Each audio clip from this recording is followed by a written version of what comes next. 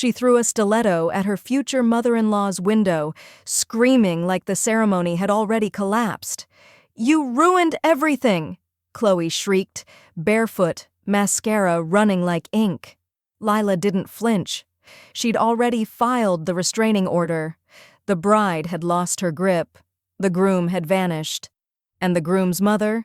She was done funding the wedding and the lie it was built on. All right, before we dive into this crazy story, do me a favor, subscribe and tell us where you're watching from. The insult didn't echo. It lodged, like a thorn pressed between silk and skin. The boutique was silent in that way only expensive spaces could be, cloaked in the hush of unspoken budgets and soft jazz soundtracks. Lila adjusted her cardigan at the collarbone, smoothed down the creases of her slacks, and stepped gently between mannequins clad in ivory gowns that looked like they'd never survived a real emotion. She was early. She was always early. Chloe arrived 23 minutes later, sunglasses perched like armor, phone in hand, not even lifting her eyes fully when she murmured, "Hey." The bridal consultant, all teeth and gold-rimmed clipboard, welcomed them with breathless glee. Chloe was ushered to the changing area like royalty. Lila followed, quiet, a footnote trailing behind the headline. The first dress was all tulle and sparkle. The second was backless chiffon.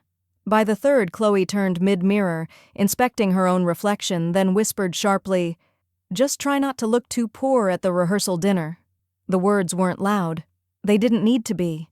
Lila blinked once, as if clearing a film from her eyes, then let out a soft, breathy laugh, light enough to pretend she'd misheard, but something cold and unmistakable had already twisted in her stomach.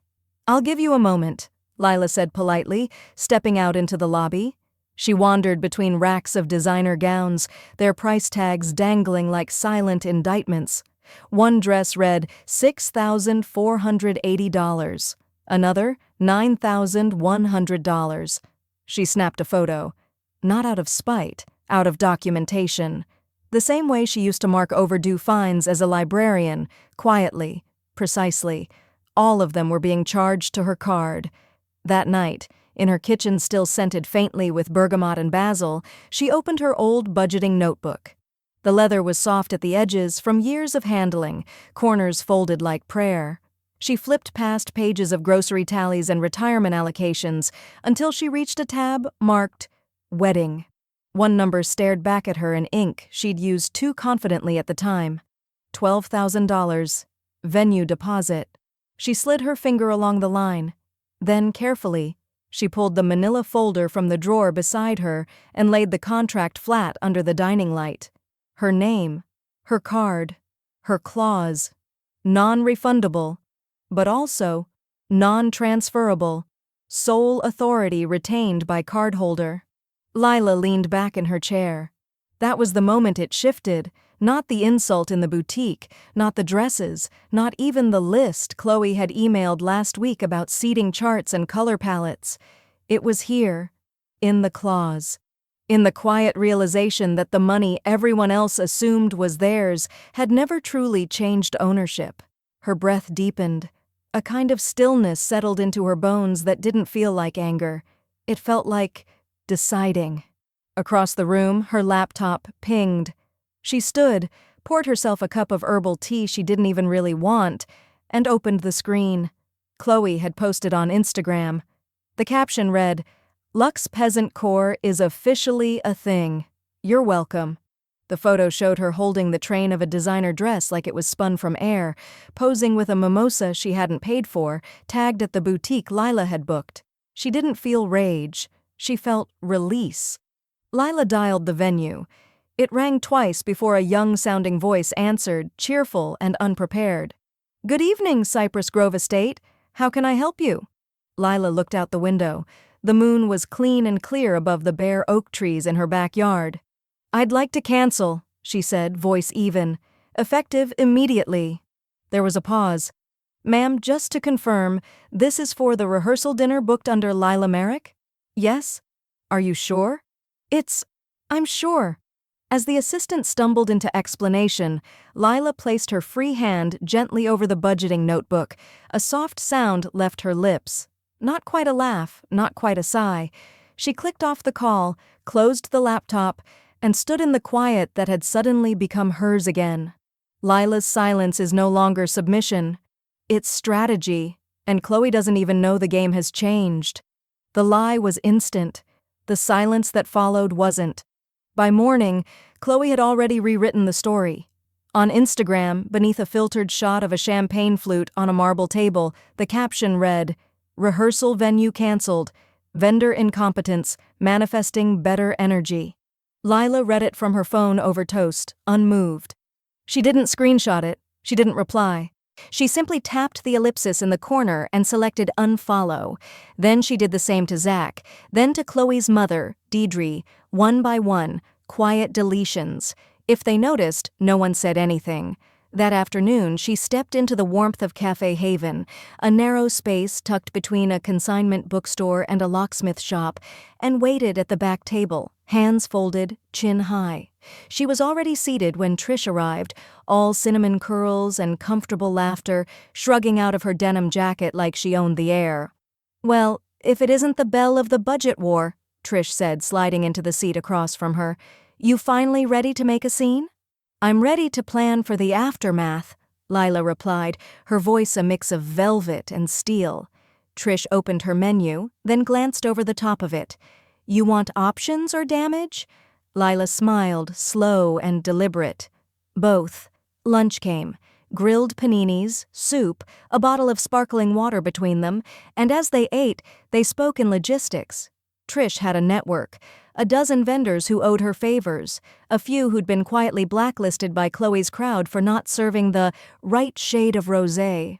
"I've seen worse," Trish said, wiping her mouth. "But not often. She called my food cheap and dusty at her cousin's graduation, if I recall." "Funny," Lila said, reaching for her purse. "I always liked your lemon risotto." Back home, her voicemail light was blinking. Zach's number. She waited until the tea had steeped, until the kettle was dry and the air smelled faintly of citrus and decision. "Mom, why didn't you warn us the venue wasn't confirmed?" His voice was sharp, less angry than embarrassed. Lila didn't sigh. She didn't explain. She simply said, "I did confirm it. I also canceled it." There was silence on the other end, long enough to count to 7 before he hung up. She didn't call back. Later that night, her inbox pinged. Subject line: "New expectations for mother of the groom." Attached was an Excel file, 8 pages long, cell formatting pristine, fonts alternating between bold and passive-aggressive. Lila opened it without flinching. Page 1 listed attire expectations, designer labels only, muted tones, no visible logos unless approved. Page 2 outlined social media rules, including mandatory likes on engagement posts and limits on off-brand commentary. Page 3 addressed meal coordination. Page 4, decor contributions. By page 5, it stopped being about logistics. It became choreography. Lila's role reduced to an aesthetic fixture, pleasant, present, financially lubricated, and entirely silent. She didn't delete it. She printed it, slid it into a clear binder, and labeled it Exhibit A, Entitlement. Then she opened her calendar and scheduled 3 meetings, one with Trish, one with her lawyer Margaret, and one with herself. That one she wrote in pen. Thursday, 7 p.m., rehearsal for the rehearsal. The moon rose again that night, washing the garden in pale blue. Lila stood at the window, hands cradling a cup of sleepy-time tea, watching moths circle the porch light like they didn't know it wasn't the moon. She didn't cry. She didn't clench. She just breathed deep, and somewhere in her chest, something steady began to lock into place. Chloe sent demands. Lila opened the binder. The next move will not be kind or visible. Some lists are to do, some are to defy. Lila stood at her kitchen counter the next morning, binder open, steam rising from her coffee like it didn't want to be part of this either. The spreadsheet Chloe had emailed, the one now printed on thick ivory paper like it was a will or a wedding decree, lay beneath a sharp yellow highlighter. Lila had already gone through pages 1 to 3, marking anything that read like a command disguised as coordination. Line 7. Shoes must be designer, preferably Jimmy Choo, but Louboutin acceptable. Line 12. Mother of the groom to host welcome brunch. Theme, rustic Riviera. Line 21. Avoid floral prints, not on brand. Lila skimmed the next page, then stopped cold at line 34. Line 34. Do not talk about your dead husband. It's a happy occasion. The ink didn't smudge, even as Lila's hand hovered just above the page. Her breath caught, not like a sob, but like someone who'd just realized they were holding their breath all along. She took out her phone, snapped a photo of the spreadsheet page, and sent it to Margaret with a message that simply read, "Am I engaged too, or just enslaved?" The reply came less than a minute later. "How attached are you to funding this wedding?" Lila tapped back. "Less by the hour." She closed the binder slowly, deliberately, and ran her fingers along its spine like she was petting something dangerous. Then she stood, refilled her mug, and walked out to the garden, letting her slippers brush against the dew-wet patio stones like her body needed proof she still belonged somewhere. The phone rang just as she stepped back inside. Deidre. Lila answered without changing her tone. "Hello?" "Lila?" Deidre cooed, syrupy sweet, like someone trying to sell a flawed gemstone. "We're trying to finalize the ceremony lookbook. Chloe mentioned you've been a bit hands-off?" "I've been hands exactly where they're needed." A pause. Then, "Maybe it's best if you stay a little more behind the scenes. You know, some people don't photograph well." It landed softly, but it landed. Lila didn't answer. She simply hung up, quietly, cleanly. That evening, she didn't open her binder. She opened a blank notebook instead, the one she'd bought during a post-Christmas sale, still smelling faintly of leather and hope. On the first page, she wrote in block letters, "Freedom Plan, 14 days to exit quietly." Below that, a list took shape in ink and instinct. Separate accounts, vendor contacts, photographic evidence, legal clause review, final asset log, emergency tea blend, double chamomile. She didn't cry, she didn't pace, she didn't even blink as she numbered each step like someone charting their way out of a burning house. By morning, the sun broke through the clouds with the kind of fragile clarity that only shows up after a storm that hasn't come yet. Lila brewed a strong pot of coffee, clicked open her bank app, and began transferring every wedding-related fund, $9,870.41 in total, into a separate holding account under her sole name and authority. She didn't need permission. She needed a paper trail. She closed the tab, pressed the lid of her laptop down like sealing a vault, and looked out over her backyard, where the wind had tipped over the lawn chair but left the rosebush untouched. Her phone buzzed. "Chloe, final dress fitting moved to Friday. Please wear something upscale. No cardigans." Lila turned the phone face down on the table. She didn't need to respond. She had her answer already written, in ink, in action, in every line that Chloe had highlighted without realizing who was actually doing the erasing. Lila's list is growing, and none of the bridesmaids are on it. Some people sharpen knives, others become one. Brunch was Chloe's favorite stage, white tablecloths, 3 kinds of mimosa, and just enough overhead lighting to catch her cheekbones, but not her scowl. She wore oversized sunglasses indoors, her nails a glossy beige so uniform they looked printed. Lila sat at the far end of the table, quietly eating her eggs Benedict. She used the back of her fork to break the yolk cleanly, spreading it across the plate like she had nowhere else to be. Chloe didn't wait long. "I mean, Zach's mom just doesn't understand luxury," she said to the group, loud enough to cut through the clink of flatware and the low hum of jazz. "She still uses paper napkins." Someone laughed. Someone else said, "Oh no," in that high, pitying tone reserved for faux sympathy. Lila took a sip of her coffee and didn't look up. The bitterness was perfect. Later that afternoon, at the florist consultation, the digs got quieter but sharper. Chloe breezed in 10 minutes late, pointed to an arrangement of white ranunculus, and told the planner, "Make sure the front rows are full of these." Then she glanced toward Lila and added, "You can seat her near the back. Maybe by the musicians or the photo booth. That's where family usually hangs if they're low profile." The planner nodded, writing furiously. Lila didn't argue. She just placed one manicured hand on the corner of the table and said, "Do you validate parking?" before excusing herself. That evening, she stopped by a local used bookstore and bought a dog-eared copy of The Art of Contracts. The cover was faded, the spine cracked. It felt honest. She read it over 2 days, with a yellow highlighter in one hand and her original wedding folder in the other. Breach, misrepresentation, material change, third-party beneficiary. She underlined them all. The next morning, she emailed the photographer and DJ, both booked under her name and credit, with a brief but decisive note. Payment paused pending reevaluation of contractual terms. Thank you for your patience. Within an hour, both replied with courteous confirmations. No questions, no pushback, just awareness. Lila liked that. That evening, Zach called. "You okay, Mom?" he asked, voice softer than she remembered it lately. "You've been a little different." Lila looked out the window, where her gardenia plant bloomed despite being planted too early. "I'm better than I've felt in years," she said. Zach was silent.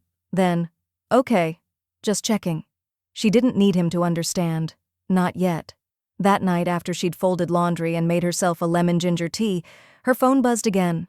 This time it was Chloe. "Please don't embarrass us. Just don't say anything at all." Lila stared at the text for a long moment. Her thumb hovered over it, then dropped her phone onto the table face up like it had become someone else's responsibility. She stood, walked to her filing cabinet, and pulled out the catering folder Trish had prepared weeks ago, the one marked Plan B, Discrete Alternatives. Inside were menus, seating layouts, and a timeline for a backup event that didn't include hashtags or mood boards. She attached the PDF to an email titled, Subject, Plan B, Hold, to Trish. Message, we may need elegance without apology. Be ready. Then she sat back, eyes calm, hands steady, and closed the laptop. Outside, the night pressed gently against the windows, like even the darkness was curious now. Chloe wants silence. Lila's reply is already echoing, in contracts, in kitchens, and soon, in public. Some fires don't start with matches. They start with silence, broken at the perfect moment. The new rehearsal dinner venue was a wine bar, dark, cramped, and pretending very hard not to smell like bleach and old Merlot. It had been generously upgraded, according to Chloe's latest Instagram story, though the folding chairs and sticky floor told a different version. Lila arrived 5 minutes early, as she always did. She wore navy slacks, a pale gray blouse, and a vintage purse she'd found at a local consignment shop. Soft leather, faintly floral, still stitched at the seams. She took a seat near the corner, her back to the wall, and watched as servers raced to lay out half-melted cheese trays and lukewarm champagne flutes. 40 minutes later, Chloe swept in like weather, loud, late, and entirely unapologetic. Her heels clicked on the tile like punctuation marks, her white jumpsuit wrinkled from a careless seatbelt. "This is a disaster," she hissed to the nearest server. "Who poured the champagne like this? Are we in a frat house?" People were still taking their seats when she spotted Lila. "Oh," Chloe said loudly, eyes raking down the outfit. "That purse. Vintage, huh? So brave." Lila smiled lightly and sipped her water. The glass was chipped. She turned the edge away from her lip. The toast began, if it could be called that. Chloe clinked a butter knife against her glass, spilling a few drops in the process, and gestured broadly. "Tomorrow is going to be perfect," she said, "despite certain logistical mishaps." She smiled tightly. "We're grateful to everyone who made it happen, especially the family, some of whom even managed to keep up." She turned then, subtle as a slap, and looked directly at Lila. "Just try not to look too poor tomorrow either. Or speak." A hush fell. No laugh followed, no wink to imply it was a joke.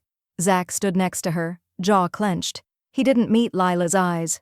Instead, he muttered under his breath, "Chloe, not now." And that was when Lila knew. She stood, excusing herself softly, and made her way to the bathroom. Her shoes made no sound on the tile, but her pulse was steady, the kind that accompanied clean decisions. The restroom was poorly lit, with a broken soap dispenser and a cracked mirror. She didn't mind. She locked the door, pulled out her phone, and opened her drafts folder. The email had been written days ago. It only needed one tap. Subject, final cancellation, to photographer, DJ, florist, transport, rentals.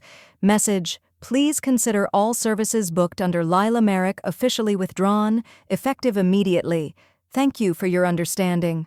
She read it once, twice. Then she hit send. She stared at the screen for a second longer, the way someone might stand on the edge of a dock after throwing a stone, watching for the ripple, not the splash. Back at the table, Chloe was laughing again. The music was too loud now. The staff looked tired. Zach was nowhere in sight. Lila didn't return to her seat. She left quietly, stepping into the cold night like it had been waiting just for her.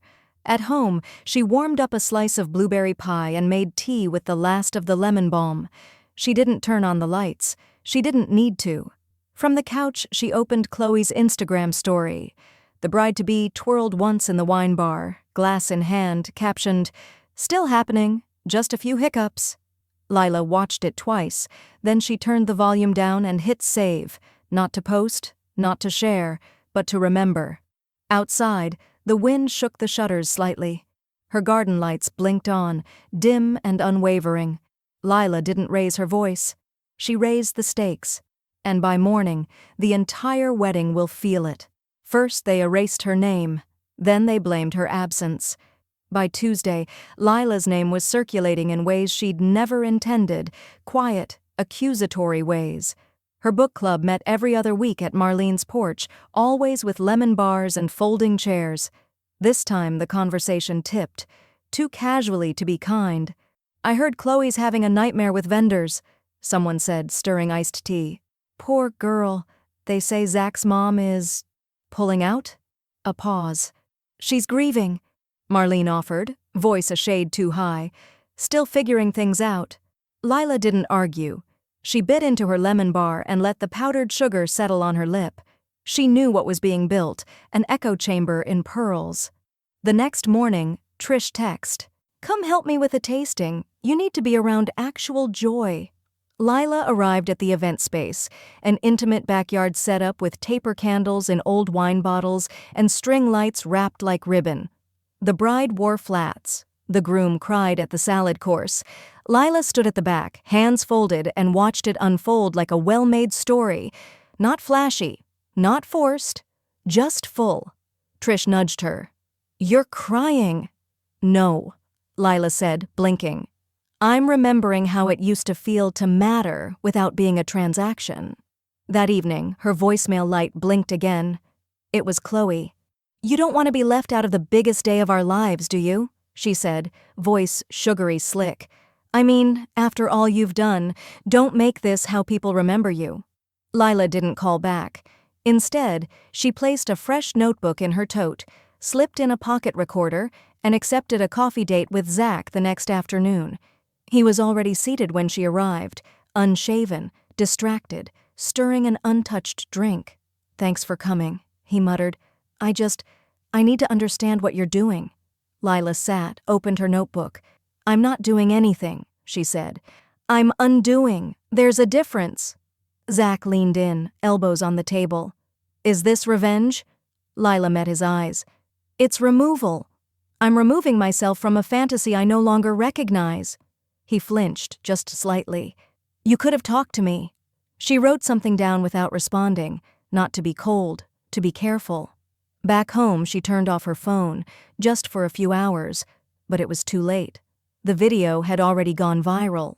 Chloe's cousin Danny had posted a TikTok titled, "When Your Fiancé's Mom is a Petty Old Cow, Harn Wedding Drama." It was less than a minute long, but it hit over 70,000 views by sundown. The footage showed a cropped version of Lila at brunch, sitting quietly, overlaid with sarcastic subtitles like, "Plotting her next sabotage sip by sip." The comments weren't kind. Lila didn't cry. She opened her files, printed screenshots, and added them to a folder labeled Public Defamation/Harassment. Then the letter arrived, postmarked and typed, as if the insult could be professionalized. "Ari, cease and desist from the office of Deidre Harmon Escorts to Ms. Lila Merrick regarding actions deemed obstructive to the wedding of Chloe Harmon and Zachary Merrick." She read it once, then smiled, small, sharp. She reached for her printer, opened her master invoice of wedding expenditures, and selected Print All. 42 pages. Lila wrote a simple note across the cover page. No reimbursements necessary, just clarity. She slid the bundle into a certified mail envelope and walked it to the post office herself. She even bought a commemorative stamp, Roses in Bloom. That night, as the moon crept across her garden again, she brewed chamomile, opened her laptop, and typed one new folder name into her desktop. Exit Strategy, Phase 2. The wedding is still scheduled, but the foundation beneath it? Quietly, expertly, gone. You don't need a courtroom when you keep your receipts. Lila sat at her kitchen table, surrounded by neat stacks of paper and the scent of bergamot from a candle she didn't remember lighting. A spreadsheet glowed on her screen, 42 rows, each one precise down to the last cent. $450, personalized calligraphy invitations, $3,200, dress fittings, Chloe's not hers, $785, spa day deposit, $1,120, limo trial runs, $8,000, venue, $960, tasting menus, $4,000, custom welcome signage with gold leaf lettering, $1,400, Chloe's pre-wedding emotional wellness retreat, and more. The total, $28,940.17, marked clearly at the top, final invoice. No reimbursements will be issued. She added 3 email addresses. to Zachary Merrick, Chloe Harmon, Deidre Harmon. Subject, for transparency. She hit send. No explanation. No smiley face, no softening. She placed a printed copy in a red folder, slipped it into her safe, and turned the dial until it clicked. The voicemail came exactly 23 minutes later. Chloe's voice was raw, trembling with rage disguised as grief. "You absolute monster! You really think this makes you powerful? You're trash with money. That's all. Trash with money." The message ended in something that might have been a sob or a scream. It was hard to tell through the static. Lila didn't replay it. She transcribed it word for word and placed the printout behind the growing label, Defamation/Emotional Harassment, Folder 2.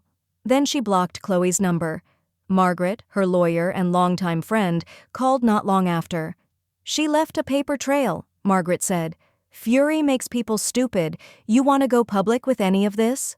Lila paused, then said, "One line, 1 page, anonymous." Margaret uploaded it to Reddit herself, an account made years ago under the alias West Coast Warrior 58. The title of the post read, "My future daughter-in-law called me trash with money after I spent $28,000 on her wedding. Here's the invoice." By Night Fae, it had 43,000 upvotes. The comments came in like heat. "You mean to tell me this woman funded a wedding and was told not to speak? Bridezilla is real, and apparently blind to consequences. This is the classiest middle finger I've ever seen." One commenter simply wrote, "Still standing, still owed nothing." Lila smiled. She logged out, cleared her cache, and turned her attention to something else entirely. A box on her dresser held a silk scarf she'd never worn, red, deep, and vivid, like the kind of statement people remembered but didn't question. She tied it around her neck and stepped in front of her mirror. No makeup, no filter, just her. She raised her phone. Click. Posted the photo to her Facebook, rare for her, but intentional. The caption read, "Still standing." She turned off the phone and returned to the garden, where a cardinal was picking at the seed tray like it had inherited the whole damn tree. Her wind chimes clinked softly behind her, metal tapping metal like old women exchanging secrets. In the distance, a child's laugh rang out from the sidewalk, clear, high, and unscripted. Lila smiled, not because she needed joy to offset the storm, but because it reminded her she could still feel warmth, and nobody, not Chloe, not Deidre, not even Zach, got to take that. Inside, her inbox pinged again. A message from a stranger with no subject line. It read, "Thank you for posting your spreadsheet. You just gave me permission to say no too. The world is starting to listen. And Chloe, She's about to learn that control doesn't come with a guest list. Some exits happen in silence, others echo across guest lists. The cancellations started like frost creeping across glass, slow, subtle, and impossible to ignore once seen. First came the polite regrets. A cousin from Oregon sent an email. "We're terribly sorry, but something's come up." Then a former college roommate bowed out with a text, "Wishing you all the best, but we've had a change of plans." By Thursday, 9 RSVP withdrawals had landed. By Friday, that number doubled. Lila didn't gloat. She watched quietly, sipping her morning coffee as Chloe posted a TikTok from a pastel-washed bathroom, ring glinting, voice too bright. "Don't believe the rumors, babes. People love drama. This wedding is still happening. Some folks just want attention. Classy bride. Unbothered." The comments weren't buying it. "Girl, where'd half your bridal party go? Your mom-in-law carried you and you disrespected her? This wedding sounds cursed TBH. Lila turned off the volume. She didn't need to hear it. The tone was already etched into Chloe's face, smile forced, desperation radiating from behind ring lights. That afternoon, Lila did something she hadn't done in 5 years. She visited Charles. The cemetery was quiet, just whined through the trees and the occasional groan of iron gates. She walked slowly. The red silk scarf looped gently around her neck, as if he'd left space there just for her. She stood in front of the headstone, still clean, still simple. Charles E. Merrick. Husband, reader, gardener, respected, missed. "They thought I had no power," she said aloud, voice steady. "But you know better." She knelt, brushing away a leaf. "You would have hated the wine bar. No good soil, bad light." She smiled. "But you'd have liked what came next."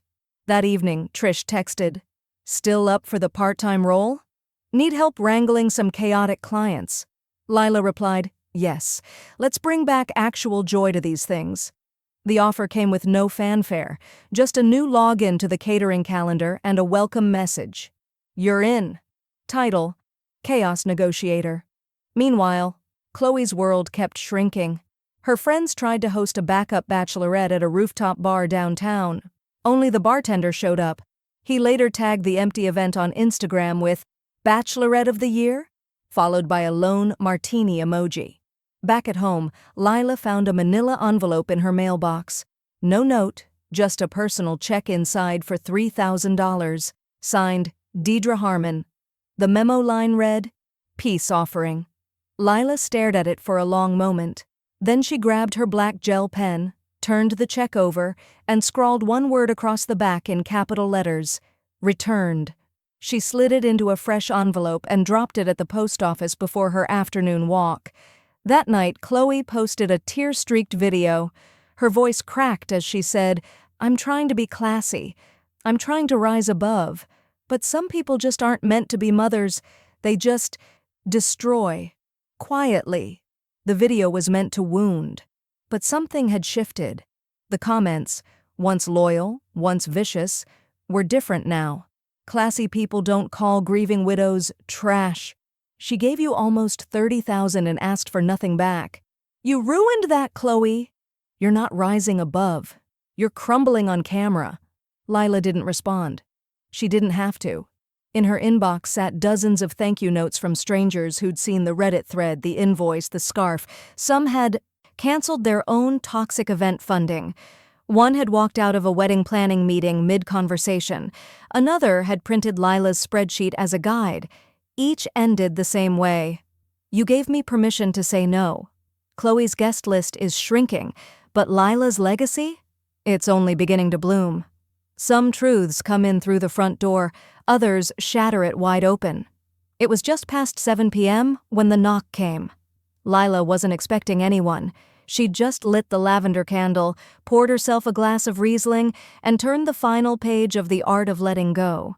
She opened the door and found Zach standing on her porch, hood up, eyes rimmed red, hands empty. For the first time in weeks, he didn't try to look composed. "You were right," he said. Lila didn't invite him in. She just stepped aside and let him pass. They sat in the living room. No tea. No conversation buffer. Just quiet.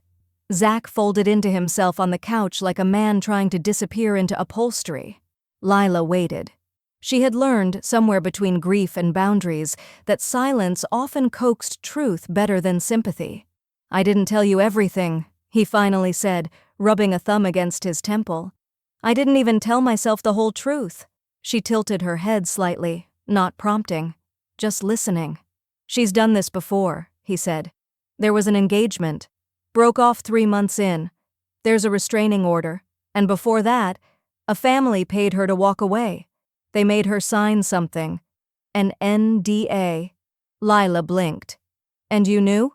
"I found out after I proposed." His voice cracked. "I thought I could fix it. Fix her. I thought love was supposed to—" "That's not love," Lila interrupted, her voice low and steady. "That's rescue." Zach buried his face in his hands. She didn't reach for him, not because she didn't care, but because care, right now, looked like letting him sit in the weight of his own unraveling. Then came the shriek, high, ragged, unmissable. Lila rose first, her hand going to the windowsill as something sharp and black hurtled past, thudding against the glass like a bird crashing blind. A shoe, a single stiletto heel, scuffed and flung like a grenade. Outside, Chloe stood in the driveway, mascara streaked and hair wild, fists clenched at her sides. "You heartless hag!" she screamed. "You think you can destroy everything and still win?" Zach moved to the door, but Lila stopped him with a hand to his arm. "We're done fixing." The neighbors' porch lights flicked on one by one, like a stadium coming to life. Somewhere, someone called 911. Lila didn't. She just watched from the doorway as 2 officers approached Chloe, their voices low, firm, practiced. She resisted at first, screamed about betrayal, about sabotage, about how mothers ruin everything because they never get to be the bride. Eventually, they walked her to the cruiser. She didn't fight. She wept. When the engine disappeared down the block, Lila shut the door. Zach stared at the floor. "I don't know where to go." "You don't have to stay here," Lila said. "But you don't have to lie anymore either." He nodded once, eyes glassy. "I'll stay with Josh, just for a while." She didn't hug him. She let him leave on his own terms. An hour later, she texted Margaret, "Ready, restraining order, and we proceed."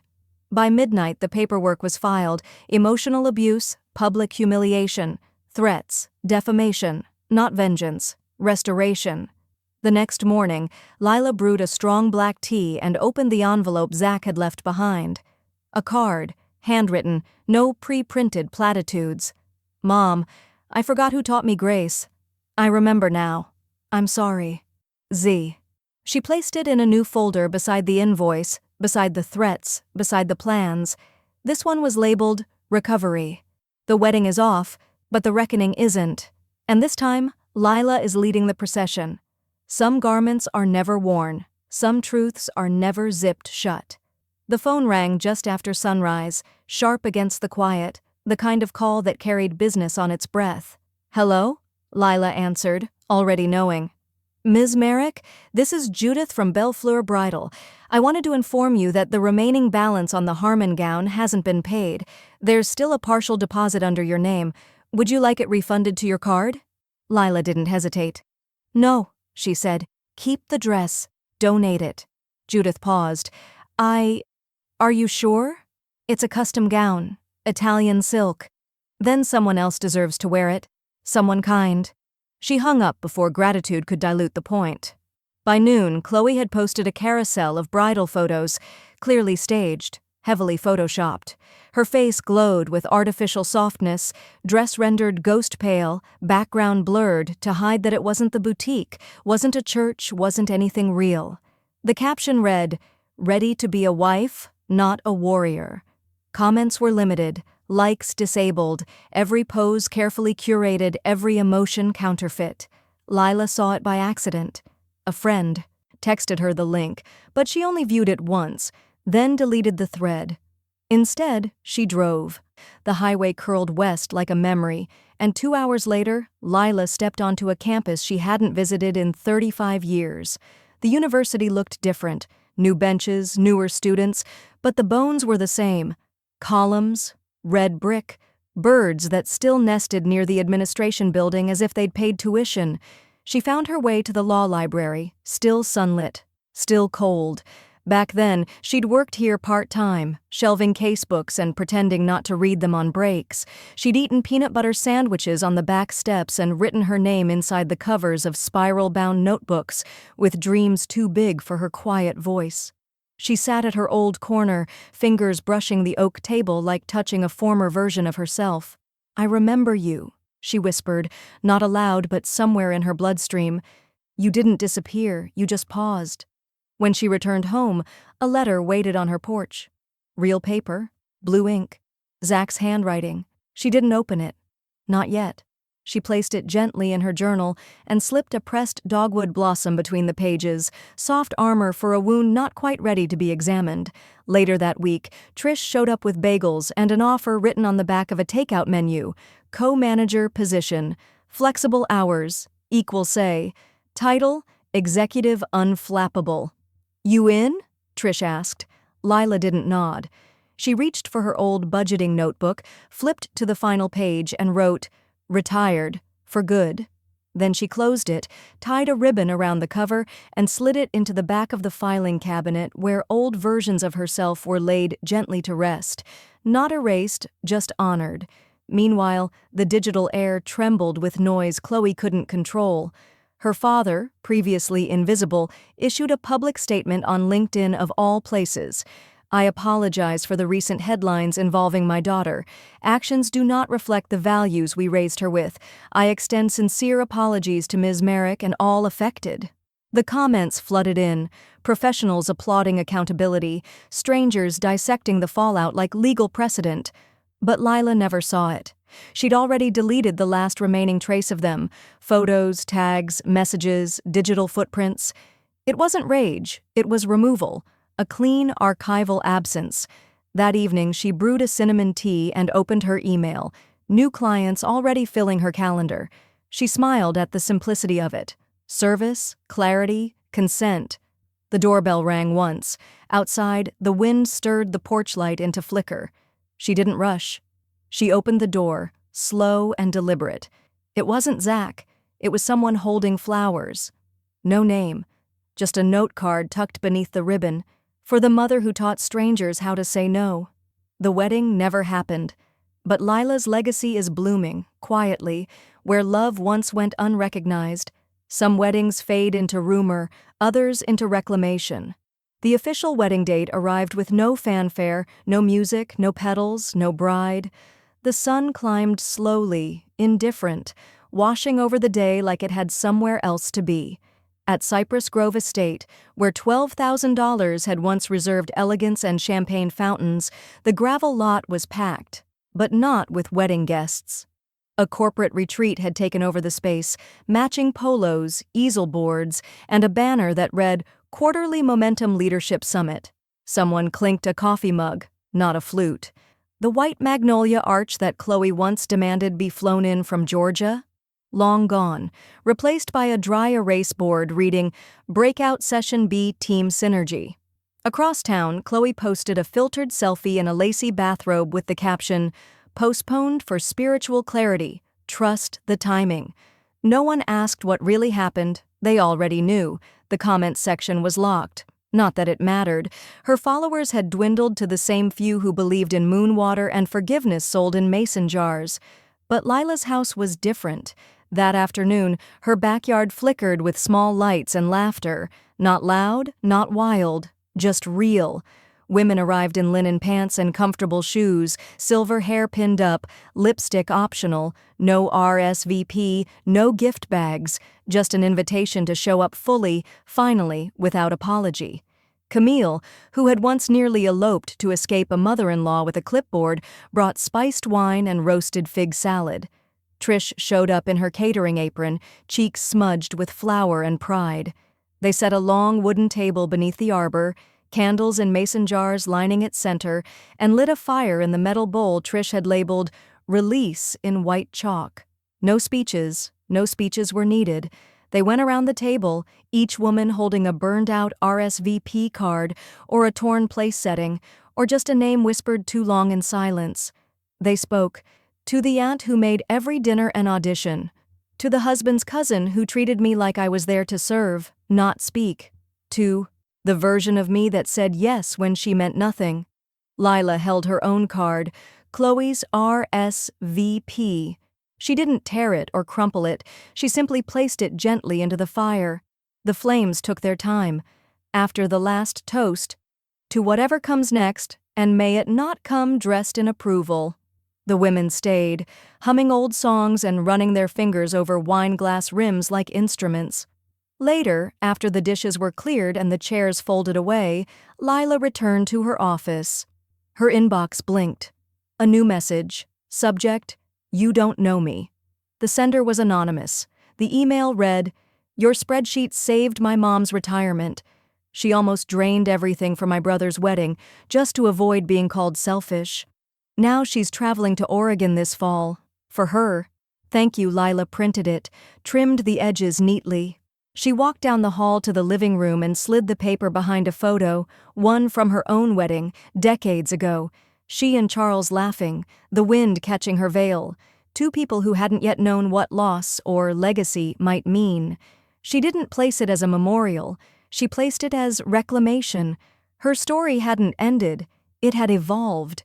That night, the garden whispered through the windows, wind in the lavender, moths tapping like soft punctuation. She brewed tea, cinnamon and orange peel, sat by the open screen and pulled the shawl tighter around her shoulders. Out loud, to no one and everything, she said, "I didn't lose anything." She paused, felt the truth settle. "I left what needed to rot." A light flicked on across the street.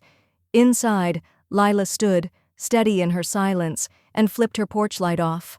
The wedding was erased, but Lila's presence is inked into 100 untold stories.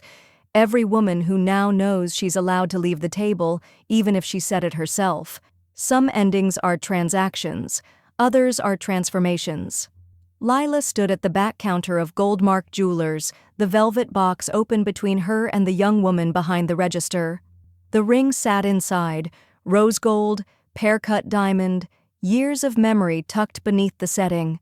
"Do you want to keep the box?" the clerk asked. Lila shook her head. Number. Let it be someone else's beginning.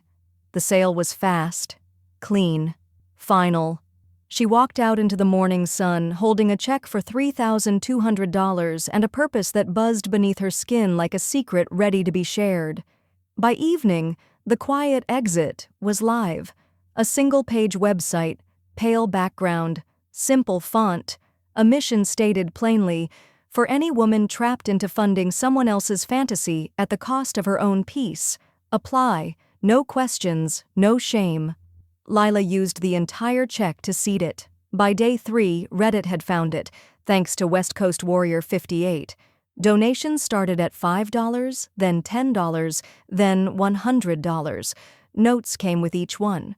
Your courage reminded my mom she mattered. This is for the sister I couldn't save from her own rehearsal dinner. For every mother who got erased. Within 2 weeks, 4 women had received micro-grants. One used hers to back out of a venue. Another reclaimed her deposit for a honeymoon she'd been guilted into paying for. One simply closed the joint bank account and changed the locks. Lila read every message, printed the receipts, folded them carefully into her growing binder. Liberations. Across town, Trish poured another mug of strong black coffee and waved a stack of paper. "I've got outlines," she said, grinning. "You ready to go, Professor, on 'em?" They sat side by side, designing a 6-week library course. Invisible Labor and Financial Abuse in Modern Families. Session 1, How Boundaries Become Battles. Session 2, The Myth of the Selfless Mother. Session 3, When Apologies Don't Pay Deposits. Local libraries started reaching out before the syllabus was even finalized. Demand was instant. The waiting list grew. Meanwhile, Chloe attempted a slow reappearance online. Vague affirmations, crystal lighting, captions like, "Some people destroy themselves to win," but no one bit. Zach didn't reply. Not to her texts, not to her tagged photos. He'd blocked her everywhere, digitally, emotionally, legally. The silence was total. One morning, Lila opened her mailbox and found an envelope with crisp handwriting. From Judith, Belle Fleurs, bridal inside, a short note. We donated your dress. A young woman cried when she tried it on. Said she'd never worn something that made her feel seen. Thank you, no invoice, no credit, just reverence. Lila placed it in her memory drawer next to Charles's gardening gloves and the first library card she ever issued. Later that week, Camille appeared on her doorstep carrying a wrapped box the size of a photo album. I made something for you, she said. Inside, a linen-bound book titled What You Rebuilt. Each page held notes, photos, and small mementos from the women Lila had helped. A torn RSVP with I finally said no scribbled on the back. A thank you card signed simply, Mom. A picture of a woman smiling next to a suitcase label, Solo Honeymoon to Spain. Near the end was a blank page. Lila added her own photo, herself in a red scarf holding tea, garden behind her, sun just beginning to rise. Beneath it she wrote, Alone, undiminished, entirely here. She closed the album, hands steady. Outside, the wind picked up again, warm this time, humming through the leaves like a blessing returned. She closed the tabs, she opened the doors, and in the quiet that followed, Lila became the blueprint for leaving, for healing, and for never apologizing for either. The final weapon of the desperate is often paperwork. The email came on a quiet Thursday morning. The sky was overcast, her tea was steeping, and her inbox, until then, was filled only with thank you notes and spreadsheet updates. Subject, interview request, Modern Matriarchs Podcast. The message was warm, professional. The producer, an ex-therapist turned journalist named Maris, had followed Lila's story through online fragments and donation threads. She wasn't interested in scandal. She wanted strength. Lila read it twice before replying. Only if no names are used. No photos. Just truth. The interview was recorded in Trish's sunroom, lavender blooming just outside the window. The questions were gentle but firm, like an open palm instead of a pointed finger. What does legacy mean to you now? Freedom that isn't owed to anyone else, Lila said. The episode aired 5 days later, titled simply, The Quiet Exit. It climbed to number 3 on the podcast charts within a weekend, and that's when the cease and desist arrived, again. Only this time it was an emergency injunction, filed by Chloe Harmon. Claim, defamation, emotional damage, career disruption. Request, freeze all assets related to the Quiet Exit Foundation and any affiliated business ventures. Lila stood in her kitchen holding the envelope. Her heart didn't race. It sank. If granted, the injunction would halt every microgrant, every speaking engagement, every client invoice. Her hands didn't tremble, but her jaw did. She called Margaret, voicemail, vacation, gone until Tuesday. Then she called Angela. Angela, retired litigator, backup storm system, and the woman who once sued her HOA into planting native trees, picked up halfway through the first ring. Tell me everything, she said. Lila did. By noon, Angela had set up in Lila's dining room with a portable scanner, a half-dozen highlighters, and a furious energy that buzzed louder than the printer. By midnight, they had a complete defense packet, exhibits, anonymous transcript of the interview, financial proof of name-free operations, 3 notarized affidavits confirming non-identification, a printed Reddit thread titled, What Happens When Silence Funds Someone Else's Fantasy? The hearing was held via Zoom on Monday. Chloe's lawyer, a man who clearly thought charm was an argument, repeated words like malice and emotional warfare. Angela leaned in once, calmly stating, This is not litigation, this is retaliation. Then, and the court does not exist to process tantrums. The judge didn't even need the full hour. Motion denied, injunction tossed, case closed. Angela nodded. Lila muted her mic, took one breath and whispered, She almost got me. She didn't feel relief. She felt survival. 2 days later, Zach showed up carrying a cardboard box that smelled faintly of attic dust and old rain. I found these, he said. Thought you might want them back. Inside, books she'd loaned him from childhood, paperbacks with broken spines, an old copy of The Velveteen Rabbit, and one slim volume of Emerson essays. Tucked inside that, her high school graduation photo. 17, chin tilted high, eyes uncertain. "I remember now," Zach said, "who you were before any of this, who raised me." Lila took the photo, glanced once, then closed the book around it. She stood, arms full, but voice steady. "Don't remember me," she said. "Remember how to protect who raised you." She didn't cry. Neither did he. But when they hugged, brief, tight, it felt like something final had been buried. Later that night, she logged onto the Quiet Exits dashboard, 14 new applications, 2 donations over $500, 1 message from a public library in Vermont asking for the course materials. She closed the tab.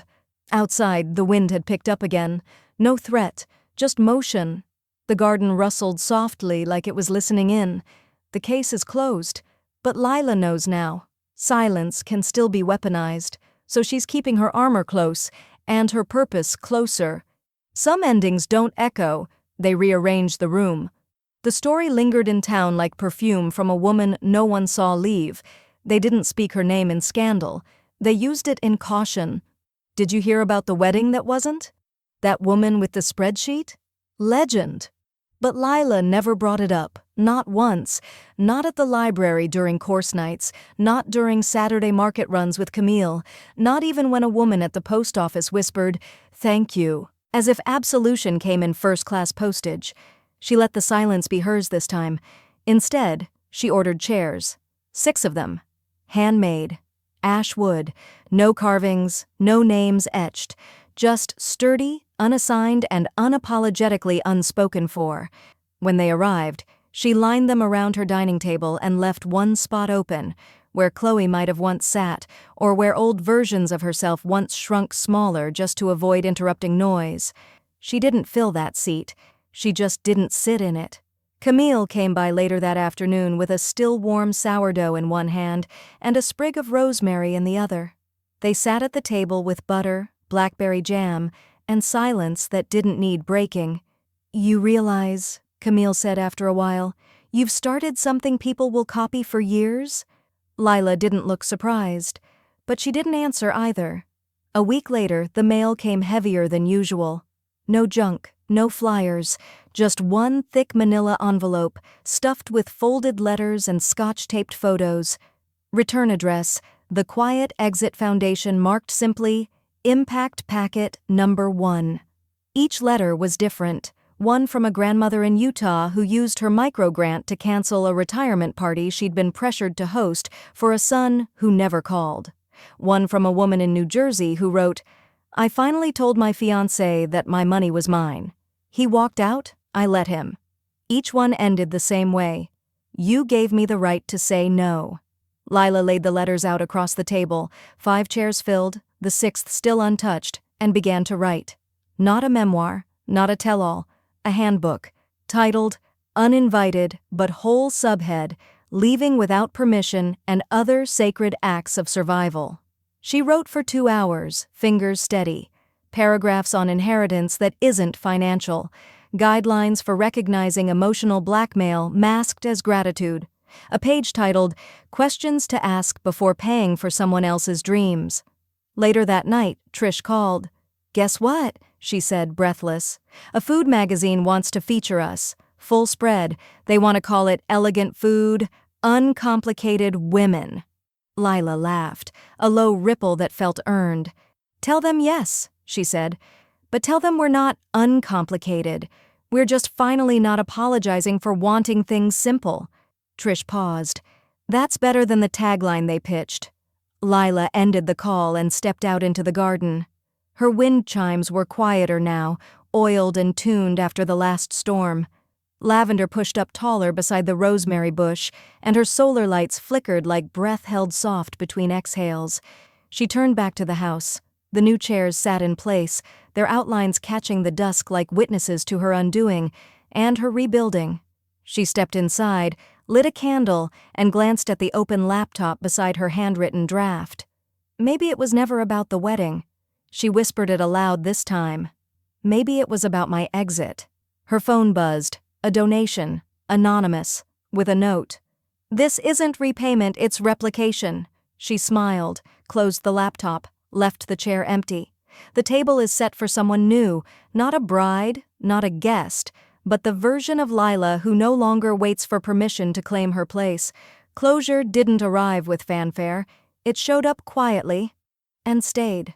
1 year after the wedding that never was, Lila found herself standing at the entrance of a venue far different from Cypress Grove or any wine bar, dressed up in faux elegance.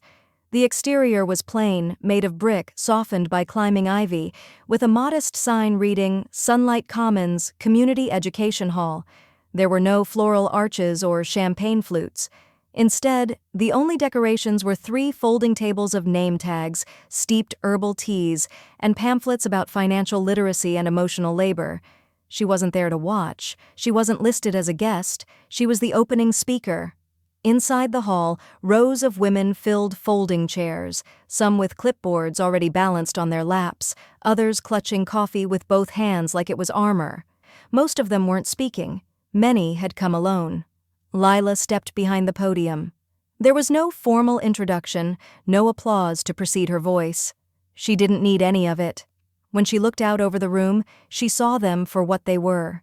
Not an audience, but an assembly of women tired of making things beautiful for people who didn't appreciate it. She adjusted the microphone and let her voice carry with calm certainty. "I wasn't poor," she began. "I was polite. And then I stopped." A wave of stillness moved across the room. It wasn't surprise. It was recognition. I've been the woman who paid because it was easier than arguing.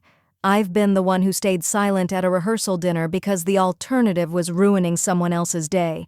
And I've been the woman who confused generosity with obligation and grace with self-erasure. She paused, her breath steady. From the second row, a young woman began to cry, silently but visibly, her shoulders rising and falling in a rhythm of familiar grief. Lila stepped down from the podium, walked the short distance between them, and removed the deep red scarf from around her own neck. Without making a speech of it, she placed it gently into the young woman's lap, her hand lingering just long enough to be felt. "It was mine when I needed it," she said softly. "Now, maybe it's yours." She returned to the podium, but didn't continue. She didn't need to. Her words had already landed. There was no applause when she stepped down for the final time, only a palpable stillness, respect too heavy for clapping. She walked to the back of the room, where she received 3 quiet hugs, 10 emails scribbled onto note cards, and 1 nod from a woman whose left sleeve did not quite cover the fading outline of a bruise. Back at home that evening, Lila moved slowly through the house, letting the silence settle around her like a favorite robe. She placed her phone in the kitchen drawer and left it there without checking it. She lit a candle, cedar and sage, and brewed a cup of rooibos tea, letting the scent unfurl through the room. The wind outside was steady, brushing against the porch like a familiar hand asking nothing in return. She sat at her dining table, 6 chairs around it, none assigned, none filled with expectation. Her newest budgeting journal rested in the center. The cover was soft to the touch, gray with faint embossing. She opened to the first page and picked up a pen she had chosen intentionally, blue ink, wide nib, weighty in her hand. She wrote 1 sentence in careful script. "She told me not to look too poor. So I looked free instead." She paused after writing it, letting the words sit in the air before closing the book. She did not embellish. She didn't add more. 1 truth, clean and unaccompanied, was enough. As dusk pressed against the windows, the last of the daylight filtered through the lavender bushes outside, painting the walls with soft shadows. In the distance, someone laughed, faint and fleeting, a sound not meant for her but still welcome. Lila leaned back in her chair and folded her hands over her lap. There was no sound now but the low hum of the wind and the gentle flicker of candlelight. She didn't think about the wedding. She didn't replay the insults or tally what she'd lost. Instead, she sat still in the one thing she had finally claimed fully: peace without apology. She was still uninvited, still standing, and finally, She knew that power didn't come from being seated. It came from choosing when to rise.